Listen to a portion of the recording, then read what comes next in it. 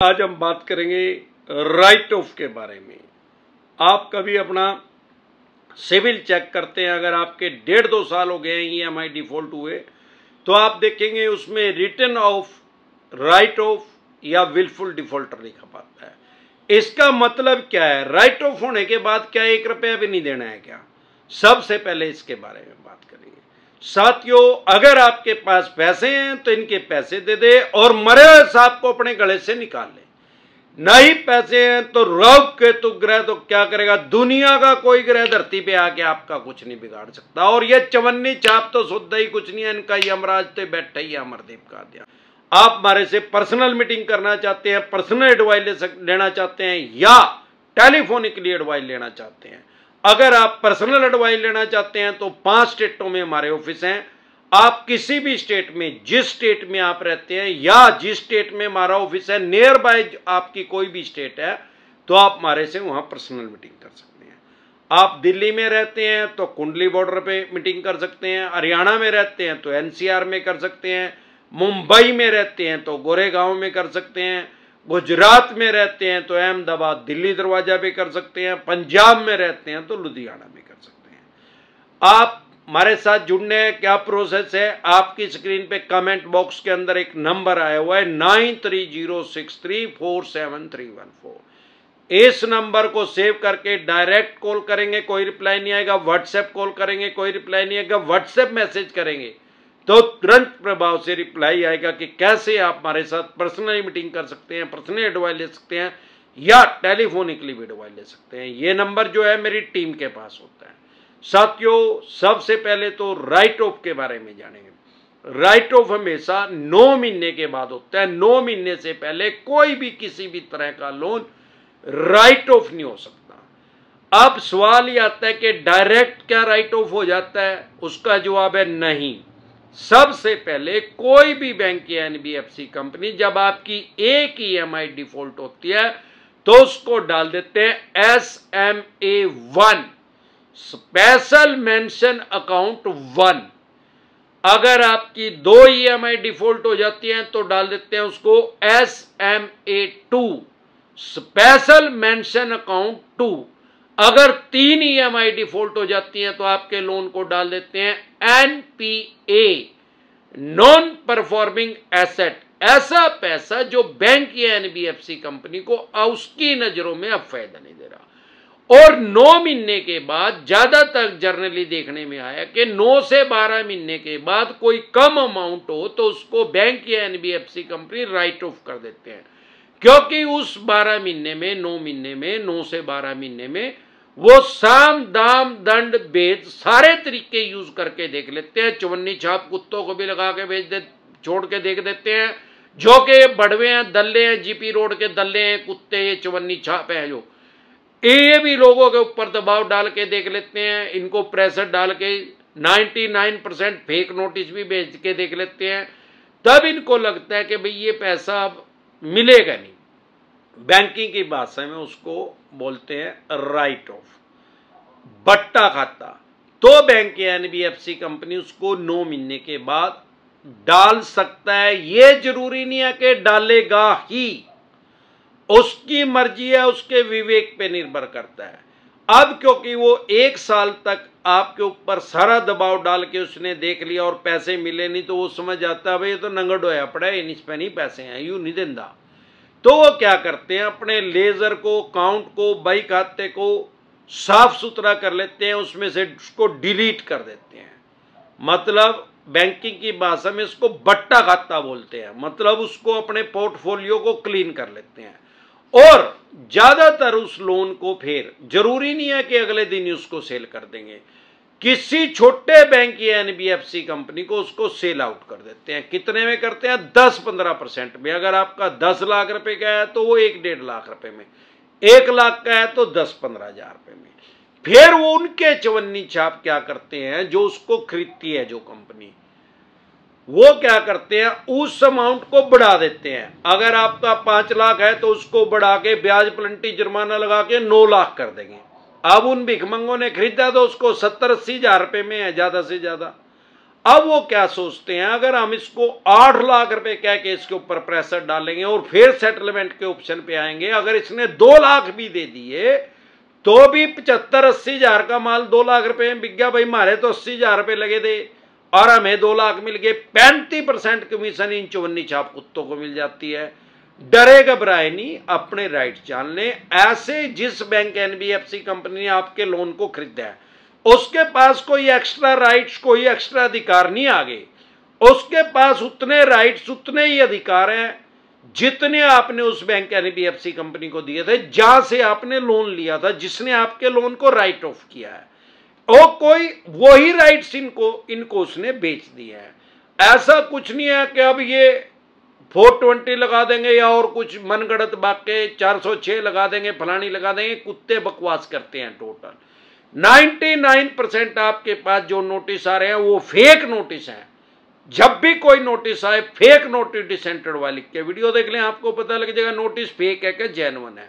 अगर वो जेन्युइन लग रहा है तो सारे देश की कोर्ट जो है ऑनलाइन हो चुकी है, यूट्यूब पे जलजला आ चुका है, अमरदीप कादियान आ चुका है। डरे घबराए नहीं, इनका सारा भांडा फोड़ रहा हूं। आप ई कोर्ट लोड कर ले, ई कोर्ट नाम से गवर्नमेंट का ऐप है, उसमें सारे देश की कोर्ट शो हो रही है।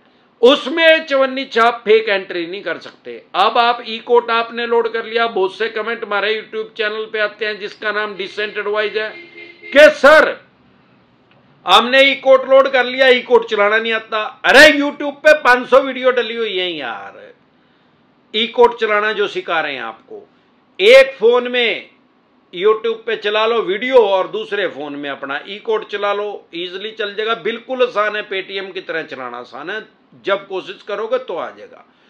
अब अगर आपके ऊपर असल में केस हुआ है तो अगर वो इन्होंने चेक बाउंस का केस किया है तो तुरंत प्रभाव से बेलेबल ऑफेंस है, जमानती अपराध है, तुरंत प्रभाव से इसमें जमानत हो जाती है। अपनी जमानत करवा ले और फिर मानने सुप्रीम कोर्ट तक जाते हैं, 40-45 साल लगते हैं। अब ये सवाल ही आता है कि सर राइट ऑफ क्या कभी हट सकता है? भाई उसका जवाब ये है, हां, अगर आप ब्याज प्लंटी जुर्माने सहित, फॉर एग्जाम्पल आज आप पैसा देने जा रहे हैं इनका, आज तक का सारा पैसा आपने दे दिया ब्याज प्लंटी जुर्माना लगा के, तो फिर आपके जो सिबिल है उसके अंदर क्लोज लिखा आ जाएगा।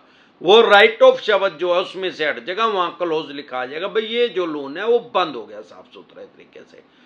अब सवाल ये आता है कि अगले महीने ही आ जाएगा, 2-3 महीने लग जाएंगे उसमें अपडेट होने में। अब सवाल ये आता है अगर उस बैंक एनबीएफसी कंपनी ने लोन वो बेच दिया तक क्या फिर भी वो राइट ऑफ हट जाएगा? उसका जवाब है नहीं।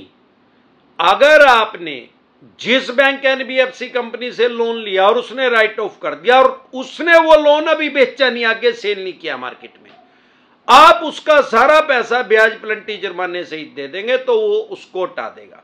लेकिन अगर आपने उस बैंक एनबीएफसी कंपनी ने किसी और छोटे बैंक एनबीएफसी कंपनी को बेच दिया और वो आपको ये कह रहे हैं कि आप इतने पैसे दे दो आपका राइट ऑफ हट जाएगा, भाई उसको सारे पैसे भी दे दोगे, ब्याज प्लंटी जुर्माना भी दे दोगे तो भी राइट ऑफ वो हटा नहीं सकता। उसके पास राइट्स ही नहीं, अधिकार ही नहीं है, क्योंकि उस बैंक एनबीएफसी कंपनी ने तो 10-15% में उसको बेच दिया। 10 लाख का लोन 1.5 लाख में बेच दिया। अब अगर वो आपसे 5 लाख रुपए भी लेगा तो वो उस बैंक को तो देगा नहीं 3.5 लाख रुपए, उसने तो 1.5 लाख में खरीद रखा है वो। तो जिस बैंक एनबीएफसी कंपनी ने आपको लोन दिया है उसने राइट ऑफ किया, मतलब अपना घाटे में बेचा है ना। 10 लाख का माल 1.5 लाख में बेचा है तो उसने तो राइट ऑफ कर दिया, वो उसको कभी नहीं हटाएगा। गफलत की स्थिति में ना रहे, अपने राइट्स और अधिकार जान लें। 2 तरह के नोटिस को कभी भी अवॉइड ना करें। एक 138 जिसको सामान्य बोलचाल की भाषा में चेक बाउंस बोलते हैं, अगर आप इसको इग्नोर करेंगे, हल्के में लेंगे तो आपका बेलेबल वारंट इशू हो जाएगा, फिर नॉन बेलेबल वारंट इशू हो जाएगा। अगर फिर भी आप कोर्ट में नहीं जा रहे, आपको पीओ घोषित कर दिया जाएगा, मतलब कोर्ट की भाषा में उसको बोलते हैं बगोड़ा घोषित कर दिया जाएगा। एक कोर्ट की अवमानना में कंसिडर होगा। आपके 2 लोन डिफॉल्ट हो गए, 5 हो गए या 25 हो गए, क्राइम में कंसिडर नहीं होता, अपराध की श्रेणी में नहीं आता। लेकिन अगर आप कोर्ट की अवमानना करेंगे तो यह अपराध की श्रेणी में आता है। आपको 14 दिन के लिए न्यायिक हिरासत हो सकती है, 14 दिन के लिए आपको जेल में जाना पड़ सकता है। लेकिन अगर आप इसको इग्नोर नहीं कर रहे हैं, हल्के में नहीं ले रहे हैं, तो ये बेलेबल ऑफेंस है, जमानती अपराध है, सेम डे जमानत हो जाती है, बाय एंड जमानत हो जाती है।